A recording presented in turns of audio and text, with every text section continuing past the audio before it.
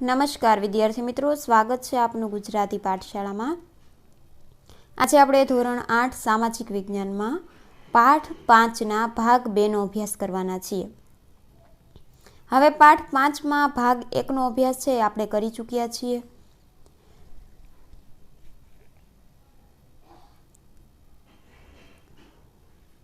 ભાગ 1માં છે એ અંગ્રેજ શાસન સમયની શિક્ષણ અને સમાજ વ્યવસ્થામાંથી અંગ્રેજોએ છે એ ભારતમાં કઈ રીતે પોતાની શિક્ષણ પદ્ધતિ છે દાખલ કરી, ધીમે ધીમે ભારતની જે કંઈ શિક્ષણ પદ્ધતિ છે એને ઓછી કરી અને પોતે જે કંઈ છે એની એટલે કે અંગ્રેજ લોકોની શિક્ષણ પદ્ધતિ છે એ ભારતમાં છે એ કેવી રીતે અને કોણે કોણે છે એ દાખલ કરી અને કેવા કેવા સુધારા કર્યા એ બધું છે એ આપણે અગાઉના ભાગમાં એટલે કે ભાગ 1માં જોઈ ચૂક્યા છીએ।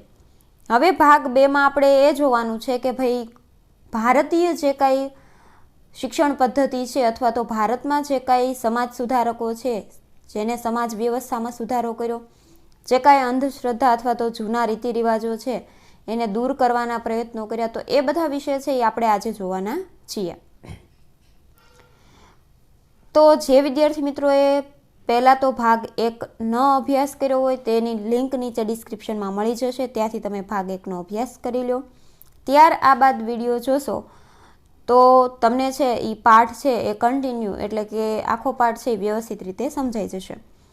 અને આ સિવાય પાઠ પૂર્ણ થાય પછી સ્વાધ્યાયનો તેમજ સ્વાધ્યાય પોથીના સોલ્યુશનનો વિડીયો પણ મૂકવામાં આવશે। તો હજુ સુધી તમે અમારી ચેનલને સબસ્ક્રાઈબ ન કરી હોય તો ભૂલ્યા વિના સબસ્ક્રાઈબ કરી લો અને બાજુમાં રહેલો બેલ આઇકોન દબાવી દો। હવે આવે છે કે મહાત્મા ગાંધીના શિક્ષણ અંગેના વિચારો, કે ભાઈ મહાત્મા ગાંધી શિક્ષણ વિશે શું માનતા હતા। મહાત્મા ગાંધીએ સ્વાતંત્ર્ય સંગ્રામની સાથે સાથે શિક્ષણ પરત્વે પણ ભગીરથ કાર્ય કર્યું હતું, કે માત્ર આઝાદી મેળવવા માટે અથવા તો સ્વતંત્રતા મેળવવા માટે નહીં, પરંતુ શિક્ષણમાં પણ છે એ ગાંધીજીએ મહાન કાર્ય કર્યું હતું। તેમની શિક્ષણ યોજના 1936માં વર્ષા શિક્ષણ યોજના તરીકે જાણીતી છે। ઝાકીર હુસેનના વડપણ હેઠળ તેમણે એક શિક્ષણ સમિતિની રચના કરી હતી। તેમના મતે સાક્ષરતા એ શિક્ષણનો અંત કે પ્રારંભ નથી, તે તો માત્ર એક સાધન છે કે જેના દ્વારા પુરુષો અને સ્ત્રીઓને શિક્ષિત કરી શકાય છે। સાક્ષરતા કે અક્ષર જ્ઞાન એ સ્વયં શિક્ષણ નથી। ગાંધીજીએ પાશ્ચાત્ય શિક્ષણની સામે નઈ તાલીમ, બુનિયાદી શિક્ષણ, વર્ધા શિક્ષણ યોજના, પાયાની કેળવણી, ઉદ્યોગ શિક્ષણ જેવા શૈક્ષણિક વિચારોને અમલમાં મૂકી ભારતીય શિક્ષણ પ્રણાલીને ટકાવી રાખવાના પ્રયત્નો કર્યા। હવે ગાંધીજીએ છે આ નઈ તાલીમ, બુનિયાદી શિક્ષણ આ બધા શિક્ષણનો છે એ ખ્યાલ છે એ ભારતીય શિક્ષણ પદ્ધતિમાં લાગુ કર્યો અને આ રીતે શિક્ષણ અપાય કે જેનાથી છે એ વિદ્યાર્થીને અથવા તો કોઈ પણ વ્યક્તિને છે એ વધારે સારી રીતે પોતે સ્વયં એટલે કે જાતે જ શિક્ષિત થઈ અને જીવનમાં છે એ કંઈક આગળ છે એ વધી શકે। નઈ તાલીમ, બુનિયાદી શિક્ષણ એ બધી એક શિક્ષણની પદ્ધતિ છે, જેવી રીતે આપણે અત્યારે છે એ 12 થી 5 કે જે તે સમયમાં છે એ આપણે શિક્ષણ મેળવવા માટે શાળાએ જતા હોઈએ છીએ, એ સમય પૂરો થાય એટલે ઘરે પાછા આવતા રહીએ છીએ। પણ આજે શિક્ષણ પદ્ધતિ હતી બુનિયાદી શિક્ષણ પદ્ધતિ, તો એમાં વિદ્યાર્થીએ હોસ્ટેલમાં રહેવાનું એટલે કે છાત્રાલયમાં ત્યાં ને ત્યાં વસવાટ કરવાનું, આપણી શાળામાં જેવી રીતે પટાવાળા હોય, સાફ સફાઈ કરવાવાળા હોય એવા કોઈ વ્યક્તિને છે એ રાખવામાં આવે નહીં। વિદ્યાર્થીએ પોતે જ છે એ બધું કામ કરવાનું હોય છે। ટોયલેટ, બાથરૂમથી લઈને ક્લાસરૂમની સ્વચ્છતા પણ વિદ્યાર્થીએ પોતે જ છે એ જાળવવાની હોય છે, એટલે કે પોતે જ છે એ બધું કામ કરવાનું હોય છે। એટલે કે એને છે એ બાળપણથી અથવા તો નાનપણથી છે એ બધી શિક્ષા આપવામાં આવે કે ગમે તેવી પરિસ્થિતિમાં છે એ વિદ્યાર્થી પાછો પડે નહીં। ગાંધીજીનું માનવું હતું કે પ્રચલિત શિક્ષણ વિદ્યાર્થીનું યોગ્ય જીવન ઘડતર કરવામાં અને તેને રોજગારી આપવામાં નિષ્ફળ નીવડ્યું હતું। તેઓ પાયાના શિક્ષણને સ્વાશ્રયી અને વ્યવસાયલક્ષી ઓપ આપવામાં માનતા હતા। તેમના મતે પ્રાથમિક શિક્ષણનો અભ્યાસક્રમ 7 વર્ષનો રાખવો જોઈએ, જેમાં વિદ્યાર્થીને વિભિન્ન વિષયોનું સામાન્ય જ્ઞાન અને ક્રમશઃ એક હુનર શીખવવો જોઈએ। પ્રાથમિક શિક્ષણ માતૃભાષામાં આપવાના તેઓ હિમાયતી હતા। તેઓ વિદ્યાર્થીને હસ્તકૌશલ્ય, સુથારીકામ, લુહારીકામ, વણાટકામ અને કાતણ ઉદ્યોગનું શિક્ષણ આપવાના પણ હિમાયતી હતા, એટલે કે તેઓ માનતા હતા કે વિદ્યાર્થીને આવું શિક્ષણ આપવું જોઈએ. 1937માં હિન્દના મોટા ભાગના પ્રાંતોમાં તેમની યોજના પ્રમાણેની શાળાઓ અસ્તિત્વમાં આવી. સ્વાતંત્ર્ય સંગ્રામની સાથે સાથે મહાત્મા ગાંધીએ 1920માં ગુજરાત વિદ્યાપીઠ અમદાવાદ અને જામિયા મિલિયા ઇસ્લામિયા યુનિવર્સિટી દિલ્હી, અલીગઢ યુનિવર્સિટીની સ્થાપના કરી. ગાંધીજીના પાયાના અનેક કાર્યકરોએ વિભિન્ન આશ્રમો સ્થાપિત કરી વિદ્યાર્થીઓને શિક્ષણ આપવા ઝુંબેશ ચલાવી, જેમાં ઠક્કર બાપા, જુગતરામ દવે, પૂર્ણિમાબહેન પકવાસા વગેરે મુખ્ય છે. જાણવું ગમશે કે ગાંધીજીના મતે કેળવણી એટલે બાળક અને મનુષ્યના શરીર, મન અને આત્માના ઉત્તમાંશોનું આવિષ્કરણ.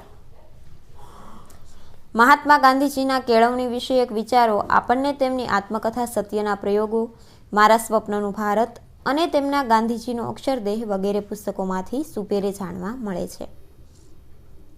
રવિન્દ્રનાથ ટાગોરના શિક્ષણ અંગેના વિચારો. કવિવર અને ગુરુદેવથી વિખ્યાત થયેલા મહાન સાહિત્યકાર રવિન્દ્રનાથ ટાગોરે બંગાળમાં પોતાના વિચારો પર શિક્ષણ સંસ્થાઓની સ્થાપના કરવાનો પ્રયત્ન કર્યો હતો. તેઓ પ્રખર પ્રકૃતિવાદી હતા. વિદ્યાર્થીઓને ભારતીય વિચારધારા અને સાંસ્કૃતિક તત્વોનું જ્ઞાન આપવામાં માનતા હતા. પ્રકૃતિ એટલે કુદરત. પ્રકૃતિના ઘનિષ્ઠ સાનિધ્યમાં જ જ્ઞાન મળી શકે તેમ તેઓ પ્રકૃતિમૂલક શિક્ષણના હિમાયતી હતા. તેમના મતે શિક્ષણ એ બાળકના સર્જનાત્મક વિકાસ કરી શકે તેવું હોવું જોઈએ. બાળકની છે કંઈક નવું કરવાની અથવા તો નવું સર્જન કરવાની શક્તિ વિકસે એવું શિક્ષણ આપવું એ રવિન્દ્રનાથ ટાગોર જેવું માનતા હતા. બાજુમાં એની ખૂબ જ પ્રસિદ્ધ એવી સ્થાપેલી સંસ્થા શાંતિનિકેતનનો ફોટો આપેલો છે. તેઓ માનતા કે શિક્ષણની કઠોર શિસ્તથી બાળક મુક્ત હોવું જોઈએ અને બાળકની કલ્પના શક્તિ અને કુતૂહલ વૃત્તિ વિકસે તેવી શિક્ષણ વ્યવસ્થા હોવી જોઈએ. કુતૂહલ વૃત્તિ એટલે કે કંઈક ને કંઈક નવું જાણવાની જિજ્ઞાસા હોવી જોઈએ એવું. બાળકોમાં સંગીત, અભિનય તેમજ ચિત્રકળાની યોગ્યતા અને નીતિમત્તા, આધ્યાત્મિકતા જેવા ગુણો વિકસે તેના હિમાયતી હતા. શિક્ષકમાં બાળકોનો મનોવૈજ્ઞાનિક વિકાસ કરવાની ક્ષમતા હોવી જોઈએ તેવું પણ તે માનતા. 1901માં શાંતિનિકેતન સંસ્થાની સ્થાપના કરી પોતાના વિચારો પ્રમાણે શિક્ષણ વ્યવસ્થા શરૂ કરી. અનેક વિદ્વાનો આ સંસ્થાએ રાષ્ટ્રને આપ્યા છે. આ સંસ્થા આગળ જતા શાંતિનિકેતન વિશ્વભારતી યુનિવર્સિટી તરીકે વિખ્યાત થઈ. જાણવું ગમશે કે કવિવર રવિન્દ્રનાથ ટાગોરને તેમના કવિતા સંગ્રહ ગીતાંજલિ માટે 1913માં નોબેલ મળ્યો હતો. અંગ્રેજ શાસન દરમિયાન સામાજિક સુધારા. ભારતમાં અંગ્રેજી શાસન સ્થપાયું તે સમયે કેટલાક સામાજિક અનિષ્ટો કે દૂષણો પ્રવર્તતા હતા. તે માનવતાના વિરોધી અને વ્યક્તિના વિકાસને રૂંધતા હતા. આ સામાજિક દૂષણોમાં મુખ્યત્વે બાળ લગ્ન, અસ્પૃશ્યતા, બાળકીને દૂધ પીતી કરવી, ગુલામી પ્રથા, સતી પ્રથા, જ્ઞાતિભેદ, વિધવા પુનર્વિવાહની મનાઈ, નિરક્ષરતા અને અંધશ્રદ્ધાને ગણાવી શકાય. 19મી સદીમાં કેટલાક મહાન સુધારકોએ ભારતના સામાજિક દૂષણો વિરુદ્ધ વ્યક્તિગત રૂપે અને સંસ્થાઓ સ્થાપીને તેને દૂર કરવાની ઝુંબેશ ઉપાડી. કેવું કાર્ય કર્યું કે આ બધી જે કઈ રીત રિવાજો છે એ દૂર થાય, જે માણસના વિકાસમાં, વ્યક્તિના વિકાસમાં અવરોધરૂપ બને છે એવા. 19મી સદીના ભારતને સામાજિક ધાર્મિક સુધારાને ક્ષેત્રે નવજાગૃતિની સદી તરીકે પણ ઓળખવામાં આવે છે. આ સુધારકોએ સમાજમાં રહેલી અંધશ્રદ્ધા અને વિચિત્ર કહી શકાય તેવા દૂષણો દૂર કરી ભારતીય સમાજને પરિવર્તિત કરવાનું મહાન કાર્ય કર્યું. સુધારક સંસ્થાઓ અને સામાજિક સુધારા કે કઈ કઈ સંસ્થા થઈ અને કયા કયા સામાજિક સુધારા થયા. 19મી સદીમાં સ્થપાયેલી સંસ્થાઓએ સામાજિક સુધારા કરવામાં પાયાની ભૂમિકા ભજવી, જેમાં અગ્રસ્થાને રાજા રામ મોહન રાય દ્વારા સ્થાપિત 1828ની બ્રહ્મો સમાજને ગણાવી શકાય. રાજા રામ મોહન રાયે 1815માં આત્મીય સભા સ્થાપી અને 1821માં સંવાદ કૌમુદી નામની પત્રિકા સતી પ્રથા વિરુદ્ધ બંગાળમાં મોટા પાયે ઝુંબેશ ચલાવી. તેમની સંસ્થા બ્રહ્મો સમાજના પ્રયત્નોથી ઈસવીસન 1829માં વિલિયમ બેન્ડિકે સતી પ્રથા વિરુદ્ધ કાયદો કરી તેના પર પ્રતિબંધ ફરમાવ્યો અને સદીઓ જૂના મોટા અનિષ્ટને દૂર કર્યું. એ જ રીતે બ્રહ્મો સમાજના પ્રયત્નોથી જ 1839માં નરબીલ પ્રથા અને બાળકીને દૂધ પીતી કરવાની પ્રથા વિરુદ્ધ કાયદા કરવામાં આવ્યા. રાજા રામમોહન રાય બાદ વિખ્યાત બ્રહ્મો સમાજી ઈશ્વરચંદ્ર વિદ્યાસાગરે પોતાના સામયિક સોમપ્રકાશ દ્વારા વિધવા પુનર્વિવાહની હિમાયત કરી. તેઓ માનતા કે જે સ્ત્રીઓ નાની વયે વિધવા બને છે તે વિધવા તરીકે આખી જિંદગી અત્યંત કઠિન પરિસ્થિતિમાં જીવે તે સભ્ય સમાજની નિશાની નથી. તે સમયના ભારતમાં વિધવાનું જીવન અત્યંત દુષ્કર હતું, એટલે ખરાબ હતું. તેમના પ્રયત્નોથી 1856માં ડેલહાઉસીએ વિધવા પુનર્વિવાહ કાયદો પસાર કરી વિધવાના લગ્નને કાયદેસર બનાવી એક મોટા સામાજિક દૂષણને દૂર કર્યું. ભારતમાં અસ્પૃશ્યતાના કલંકને દૂર કરવા મહાત્મા ગાંધીએ ખૂબ પાયાના વિચારો કર્યા. અસ્પૃશ્યતા એટલે કે કોઈ પણ નીચી જ્ઞાતિના લોકોનો જો સ્પર્શ થઈ જાય તો એ ખરાબ ગણાતું, એને અસ્પૃશ્ય કહેવાય. એટલે નીચી જ્ઞાતિના લોકોને સ્પર્શ કરવાનો નહીં. તેમણે પોતાના રચનાત્મક કાર્યોમાં અનુસૂચિત જાતિના ઉદ્ધારની પ્રવૃત્તિઓને ખાસ સ્થાન આપ્યું. ગાંધીજીએ અનુસૂચિત જાતિના દુદાભાઈને પરિવાર સહિત પોતાના આશ્રમમાં વસાવ્યા હતા. મહારાજા સયાજીરાવ ગાયકવાડ પણ અનુસૂચિત જાતિના લોક ઉદ્ધારની પ્રવૃત્તિઓ સાથે સંકળાયેલા હતા. ડૉક્ટર ભીમરાવ આંબેડકરે અનુસૂચિત જાતિના લોકોને સામાજિક, શૈક્ષણિક અને રાજકીય અધિકારો મળે તે માટે આજીવન સંઘર્ષ કર્યો. અનુસૂચિત જાતિના લોકોને મંદિર પ્રવેશ અને અન્ય સાર્વજનિક સ્થળોએ પ્રવેશવાના સત્યાગ્રહો પણ તેમના દ્વારા કરવામાં આવ્યા. મામા સાહેબ ફડકેએ ગોધરામાં અનુસૂચિત જાતિના બાળકો માટે શાળા સ્થાપી હતી. એ જ રીતે પરીક્ષિતલાલ મજમુદારે અનુસૂચિત જાતિના લોકો માટે શાળા છાત્રાલયો સ્થાપી તેમના શૈક્ષણિક વિકાસ માટેના દ્વાર ખોલ્યા. ઠક્કર બાપાએ આદિવાસી કે જનજાતિના પ્રદેશોમાં જઈ આશ્રમો સ્થાપ્યા. તેઓ માટે શિક્ષણની વ્યવસ્થા કરી અને એ રીતે ઉન્નત બનાવી મૂળ પ્રવાહમાં લાવવા ભગીરથ પ્રયત્નો કર્યા. ભગીરથ એટલે મહાન પ્રયત્નો કર્યા. આમ સુધારણાની પ્રક્રિયા ધીમી પણ યોગ્ય દિશામાં પ્રગતિ કરી રહી હતી, જેનું સુંદર ચિત્ર આપણને હાલ જોવા મળે છે. બાળ લગ્ન. અંગ્રેજોના ભારતમાં આગમન સમયે બાળ લગ્નોની કુપ્રથા લગભગ દરેક સમાજમાં પ્રચલિત હતી. બાળ લગ્નોના પરિણામે કજોડાના સંજોગોમાં મોટાભાગે મહિલાઓ શોષણનો ભોગ બનતી. મહિલાઓ તેમજ કેટલેક અંશે પુરુષો પણ બાળ લગ્નના પરિણામે વિકાસથી વંચિત રહી જતા હતા. બાળ લગ્ન એટલે નાનપણમાં જ લગ્ન કરાવી દેવામાં આવતા હતા. કેશવચંદ્ર સેન નામના અન્ય એક બ્રહ્મો સમાજી નેતાએ 1870માં બાળ લગ્ન વિરોધી વ્યાપક ઝુંબેશ ચલાવી. તેમના મતે બાળ લગ્ન એ સમાજનું સૌથી મોટું દૂષણ છે. તે બાળકના શારીરિક અને માનસિક વિકાસને તો રૂંધે જ છે, પરંતુ તેની શૈક્ષણિક પ્રગતિમાં પણ મોટો અવરોધ ઊભો કરનારું પરિબળ બને છે. તેમના પ્રયત્નોથી 1872માં લગ્ન વય સંમતિ ધારો પસાર થયો. આ ધારાથી 12 વર્ષથી નીચેની વયના છોકરા કે છોકરીના લગ્ન ગેરકાયદેસર ગણવામાં આવ્યા. જાણવું ગમશે, મહિલાઓની દુર્દશા માટે બાળ લગ્નની શાપિત પ્રથા હતી. કેશવચંદ્ર સેનના પ્રયત્નોથી નવેમ્બર 1870માં ઇન્ડિયન રિફોર્મ એસોસિએશનની સ્થાપના થઈ. 1872માં બ્રહ્મ વિવાહ નિયમ બન્યા. 1846માં વિવાહની ઉંમર ઓછામાં ઓછી 10 વર્ષ નિયત હતી.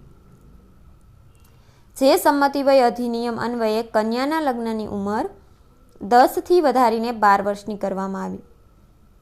1930માં શારદા અધિનિયમ દ્વારા કન્યાની ઉંમર 14 વર્ષની કરવામાં આવી. આઝાદી પછી ઈસવીસન 1949 અને 1978માં ઉંમર ક્રમશઃ 15 વર્ષ અને 18 વર્ષની કરવામાં આવી. આ કાયદાઓનો ધીમે ધીમે સ્વીકાર થયો. પશ્ચિમી સંસ્કૃતિનો પ્રભાવ, સંયુક્ત પરિવારનું વિઘટન અને શિક્ષણના પ્રસારથી બાળ લગ્નની કુપ્રથા કાનૂની રીતે બંધ થઈ છે. કન્યા કેળવણી. મહિલાઓને શિક્ષણથી દૂર રાખવાના માઠા પરિણામો ભારતમાં જોવા મળ્યા હતા.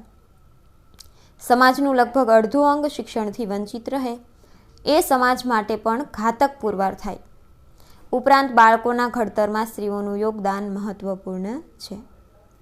જો તેઓને શિક્ષણ ન મળે તો ભવિષ્યનો સમાજ પાંગળો બને, એ માટે કન્યા કેળવણીની જરૂરિયાત છે. વુડના ખરીદામાં ભારતીય પ્રજામાં સ્ત્રી શિક્ષણને વધુ ઉત્તેજન મળે તેવા પગલાં ભરવાનું ગવર્નર જનરલને સૂચન કર્યું. ખરીતામાં સૂચવેલ ગ્રાન્ટ-ઇન એડ પદ્ધતિમાં કન્યાઓના શિક્ષણ માટેની સંસ્થાઓનો સમાવેશ કરવામાં આવ્યો. આપેલા ભાગ 1માં આપણે જોયું હતું કે ભાઈ કોને કોને છે માત્ર કન્યાઓ માટે સ્પેશિયલ છે એ શાળાની અથવા તો સંસ્થાની સ્થાપના કરી હતી. ભારતમાં એ વખતના ગવર્નર જનરલ ડેલહાઉસીનું સ્ત્રી કેળવણી પ્રત્યેનું હકારાત્મક વલણ હતું.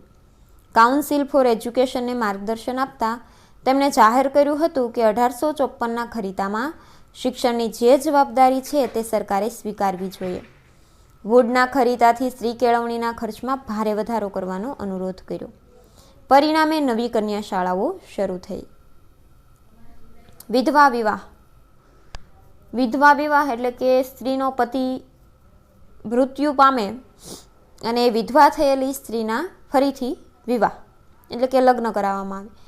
મધ્યકાલીન ભારતમાં પતિના મૃત્યુ બાદ વિધવાઓની પુનઃ લગ્નની એટલે ફરીથી લગ્નની છૂટ મળતી ન હતી. તે સમયમાં આર્થિક ઉત્પાદનનું કાર્ય પુરુષો કરતા હતા, એટલે કે પૈસા લાવવાનું અથવા તો કમાવવાનું કામ કોનું હતું તો કે પુરુષોનું. હવે આવા પુરુષોનું મૃત્યુ થતાં વિધવા માટે જીવન જીવવું ખૂબ જ મુશ્કેલ થઈ જતું. આ દુર્દશા દૂર કરવા મહિલાઓને શિક્ષણ આપવું, તેઓને આર્થિક રીતે પગભર કરવી અને પુનઃ લગ્નની છૂટ આપવી અત્યંત આવશ્યક હતી. પ્રાચીન ભારતમાં વિધવા વિવાહની પ્રથા હતી, પરંતુ પછી આ પ્રથા બંધ થઈ. વિધવાઓના પુનઃ લગ્ન માટે સમાજ સુધારકોએ ભગીરથ પ્રયત્નો કર્યા, જેમાં રાજા રામ મોહન રાય અને ઈશ્વરચંદ્ર વિદ્યાસાગર મુખ્ય હતા. સમાજ સુધારકોએ વિધવા વિવાહ માટે પુસ્તકો, ચોપાનિયા છાપી લોકોને આ માટે જાગૃત કર્યા. મહારાષ્ટ્રમાં મહાદેવ ગોવિંદ રાનડે, રમાબાઈ રાનડે, જ્યોતિરાવ ફુલે, સાવિત્રીબાઈ ફુલે, મહર્ષિ કર્વે, ગોપાલકૃષ્ણ ગોખલે વગેરેએ પણ વિધવા પુનર્વિવાહ માટે અને બાળ લગ્ન વિરુદ્ધ બહુ જ મોટી ઝુંબેશ ચલાવી. વિધવા આશ્રમોની સ્થાપના કરી આ દૂષણો સામે પડકાર આપ્યો. સ્ત્રીઓને શિક્ષણ મળે તે માટે સંસ્થાઓ સ્થાપી. બાજુમાં આપેલું છે જ્યોતિરાવ ફુલેનું ચિત્ર અને ગોપાલકૃષ્ણ ગોખલે.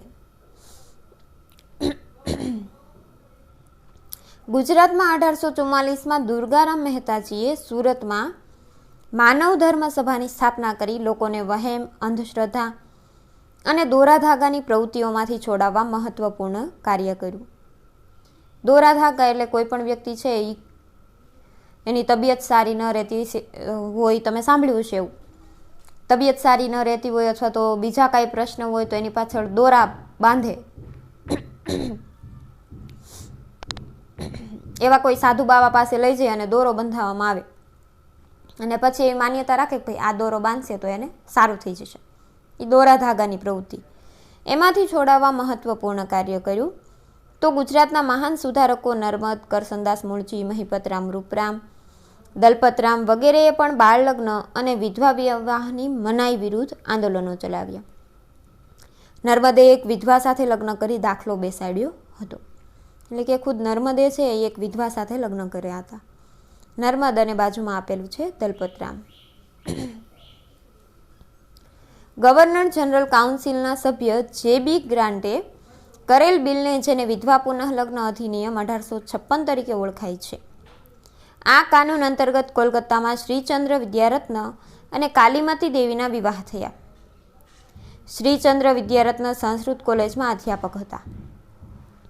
એવી જ રીતે ઈશ્વરચંદ્ર વિદ્યાસાગરે વિધવા પુનર્વિવાહ ક્ષેત્રે મહત્વપૂર્ણ કાર્ય કર્યું. એવી જ રીતે આંધ્રમાં કુંદ્રકુરી વીરેશલિંગમ, પશ્ચિમ ભારતમાં મહાદેવ ગોવિંદ રાનડે, ડી.કે. કર્વે, આર.જી. ભાંડારકર, બી.એમ. માલાબારીએ પ્રશંસનીય કાર્ય કર્યું. બાજુમાં ફોટો આપેલો છે ગોવિંદ રાનડેનો. રામકૃષ્ણ મિશન અને સ્વામી વિવેકાનંદ. રામકૃષ્ણ પરમહંસ કોલકાતા પાસેના દક્ષિણેશ્વરના ઉચ્ચ કોટીના મહાન સંત હતા. રામકૃષ્ણ પરમહંસના સરળ તથા પ્રબળ વ્યક્તિત્વને કારણે બંગાળના નવયુવાનોમાં સૌથી તેજસ્વી યુવાન કોલકાતાના યુનિવર્સિટીના યુવાન ગ્રેજ્યુએટ નરેન્દ્રનાથ દત્ત, જે પાછળથી સ્વામી વિવેકાનંદના નામે પ્રસિદ્ધ થયા. તેમનો જન્મ 12મી જાન્યુઆરી 1863માં થયેલ. પિતાનું નામ વિશ્વનાથ દત્ત અને માતાનું નામ ભુવનેશ્વરી દેવી હતું. સ્વામી વિવેકાનંદે રામકૃષ્ણ પરમહંસની ઉદાર ધર્મ ભાવના અને સેવા ભાવનાનો પ્રચાર કરવા માટે રામકૃષ્ણ મિશન નામની સંસ્થાની સ્થાપના કરી. બાજુમાં આપેલો છે સ્વામી વિવેકાનંદનો ફોટો, અને આ સ્વામી વિવેકાનંદને આપણે બધા જ ઓળખીએ છીએ ખૂબ સારી રીતે. તેમણે અમેરિકાના શિકાગો શહેરમાં ભરાયેલ સર્વધર્મ સંમેલનમાં ભાગ લીધો. વિશ્વ ધર્મ પરિષદના સભ્યોને ભાઈઓ અને બહેનો શબ્દો દ્વારા સંબોધન કરીને સૌને મંત્રમુગ્ધ કર્યા. પછી તેઓએ વિવિધ દેશોનો પ્રવાસ કર્યો અને ભારતીય સંસ્કૃતિનો પ્રચાર પ્રસાર કર્યો. બાજુમાં આપેલું છે તેઓ શિકાગોમાં ગયા ત્યારે છે એ કેવી બેઠક હતી અને એનો છે એક ફોટો આપણને અહીં આપેલો છે. ઉપદેશ. તેમણે તે સમયના પ્રચલિત સામાજિક દૂષણો તથા ધાર્મિક ક્રિયાકાંડોનો સખત વિરોધ કર્યો. તેમણે સમાજ સેવા અને સમાજ સુધારણાનો ઉપદેશ આપ્યો. તેઓ સ્પષ્ટ માનતા હતા કે જે ધર્મ કે ઈશ્વર વિધવાના આંસુ લૂછી શકે નહીં અથવા નિરાધાર બાળકોના મુખમાં રોટીનો ટુકડો મૂકી શકે નહીં, તે ધર્મ કે ઈશ્વરમાં હું માનતો નથી. તેઓ કહેતા કે પહેલાં અન્ન પછી ધર્મ. તેઓ મનુષ્ય માત્રમાં ઈશ્વરના દર્શન કરતા. તેમના મત મુજબ માનવ સેવા એ જ પ્રભુ સેવા છે. તેઓ યુવાનોને કહેતા કે ઉતિષ્ઠત જાગ્રત પ્રાપ્ય વરાનની બોધત, ઉઠો જાગો અને ધ્યેય પ્રાપ્તિ સુધી મંડ્યા રહો. તેમની વાણીમાં ડહાપણનું ઊંડાણ, અનુભવનો નિચોડ અને શબ્દોની તાજગી જોવા મળે છે. તેઓ નવી વિચારધારાના પ્રતીક અને ભવિષ્ય માટે એક મહાન શક્તિના સ્ત્રોત બન્યા.